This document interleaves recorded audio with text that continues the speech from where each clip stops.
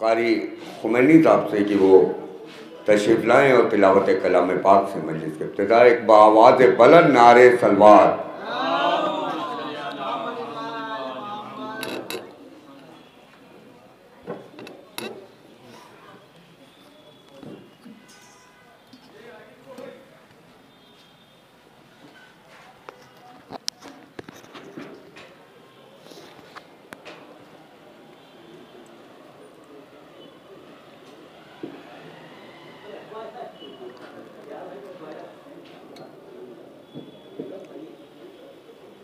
ला हौला वला कुव्वता इल्ला बिल्लाहिल अलीय्यिल अज़ीम। अऊज़ु बिल्लाहि मिनश शैतानिर लईनिर रजीम। बिस्मिल्लाहिर्रहमानिर्रहीम। इन्नल्लाह व मलाइकतहु युसल्लूना अलन नबी या अय्युहल्लज़ीना आमनू सल्लु अलैहि व सल्लिमू तस्लीमा। अल्लाहुम्मा सल्लि अला मुहम्मदिन व आलि मुहम्मद वअज्जिल फरजहु। बिस्मिल्लाहिर्रहमानिर्रहीम।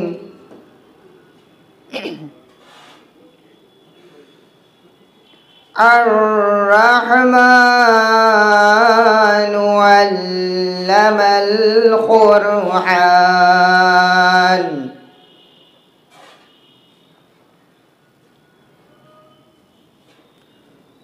खलक़ल इंसाना अल्लमहुल बयान।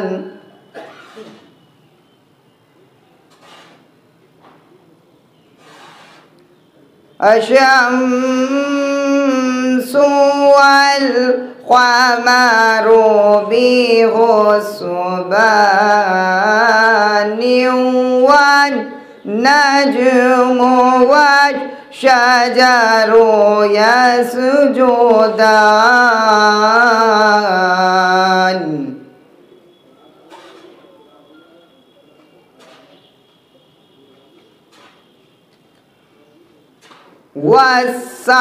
वस्समाअ